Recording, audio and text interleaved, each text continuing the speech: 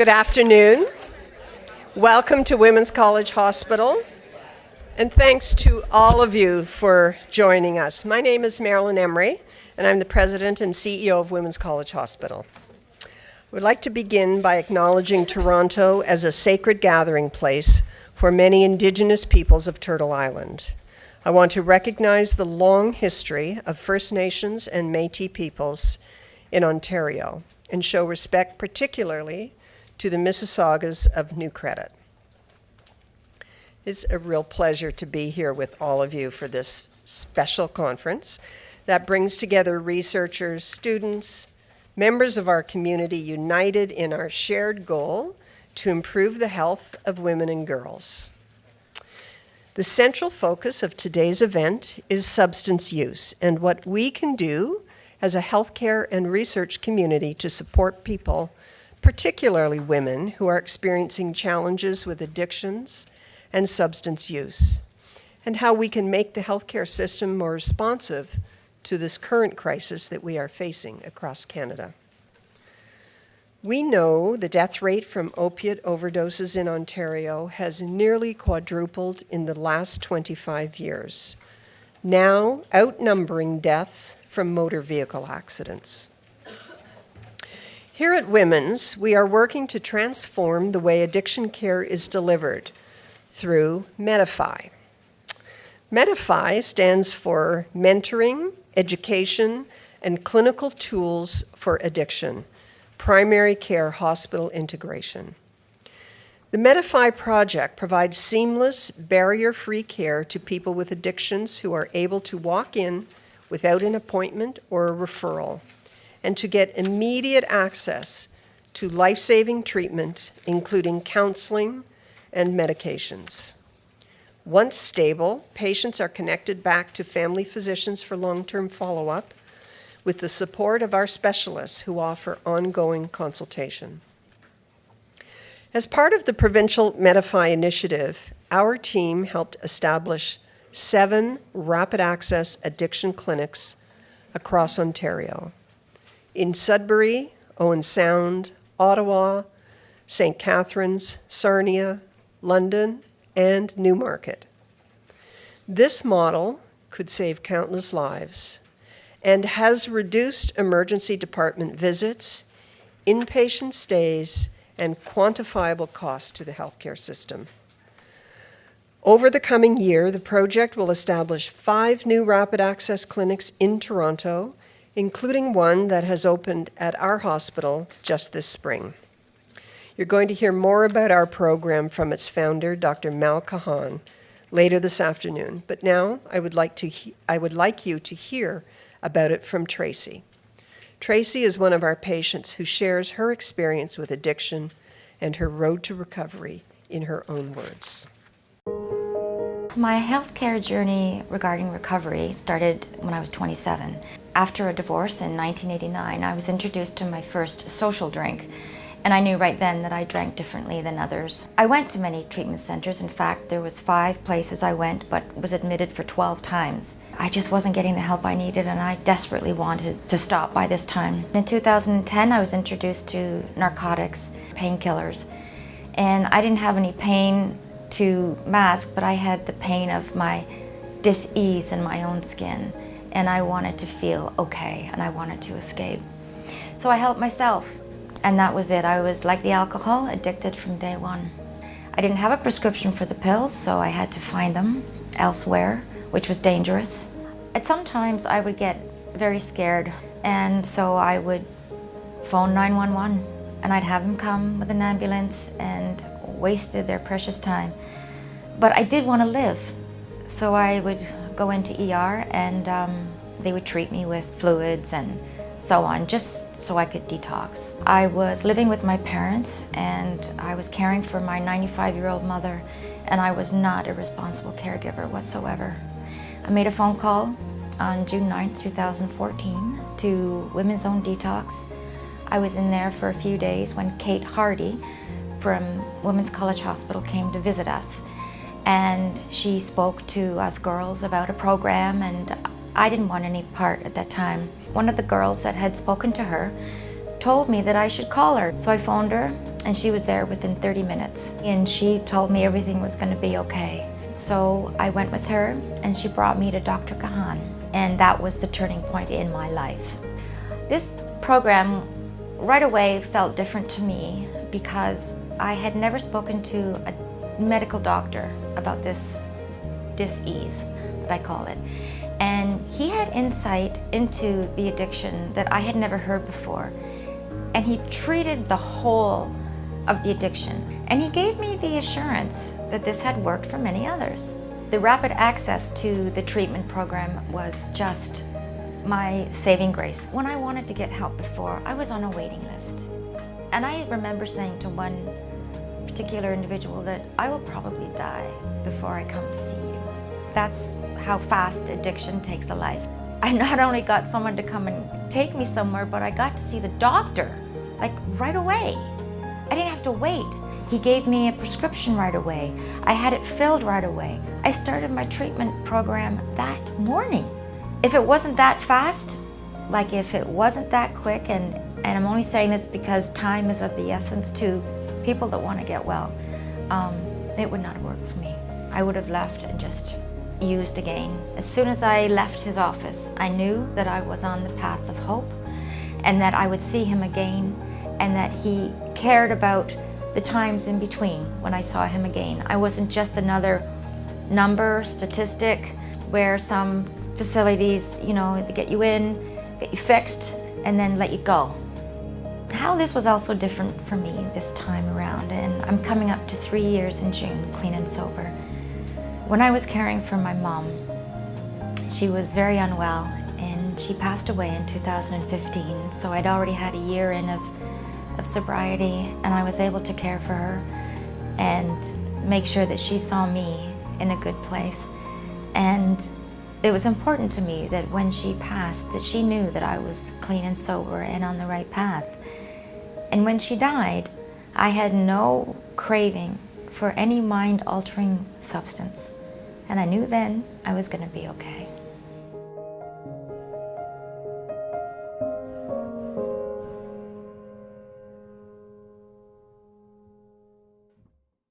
So thank you. I'm Paula Rochon, VP Research and head of the Women's Exchange, and so pleased to welcome you to our 8th Women's Exchange event like this here today at Women's College. For those of you who are new, we're based here at Women's College. We're funded by the Ministry of Health. Thank you very much. We appreciate the funding. And our goal here basically is to advance and improve the health and well-being for women all across Ontario. We have 3 kinds of major activities we do. One is our 15K challenge, which I'm sure many of you are a part of, and you've saw some of the videos coming in that relate to some of those projects. We help support the uptake of women's health research across the province with events like the one you're at today. And we're also working hard to get sex and gender included in the research that's done by everyone across the province. So it's an important piece.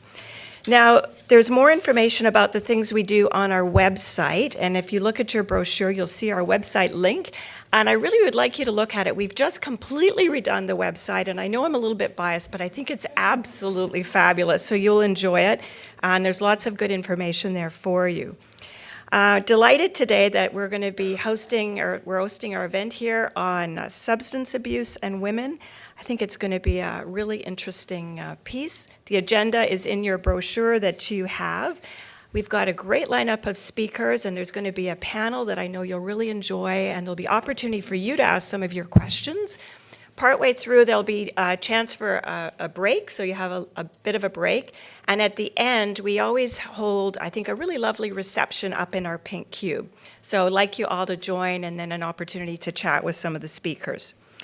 Now, throughout the event, if you want to get on social media, we have the hashtag that you can use there, Women's X, so feel free to do that.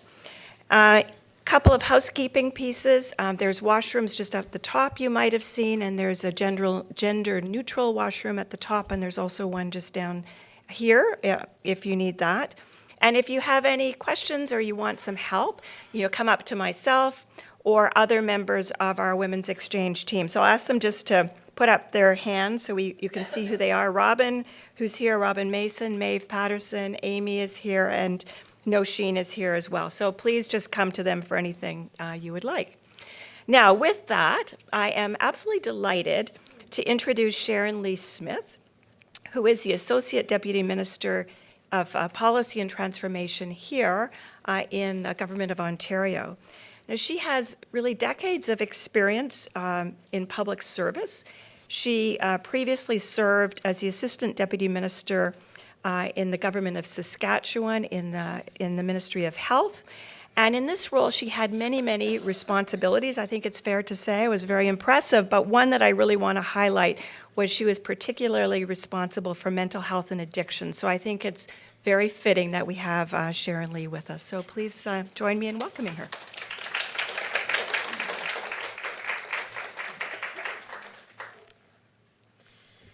Thank you so much, Paula. And I have to say, the Ministry of Health and Long-Term Care is right across the street, and we love coming to Women's College because I think there's something about coming into this building. First of all, it's beautiful and the light, but it's just a buzz with so much great positive energy, and it's only fitting, actually, that Women's Exchange is coming out of the good work of this organization, and I'm very pleased to be here as well. Some of our research team, our director, Ann Hayes, and some of her team, hands up, one of whom's been here for 5 weeks.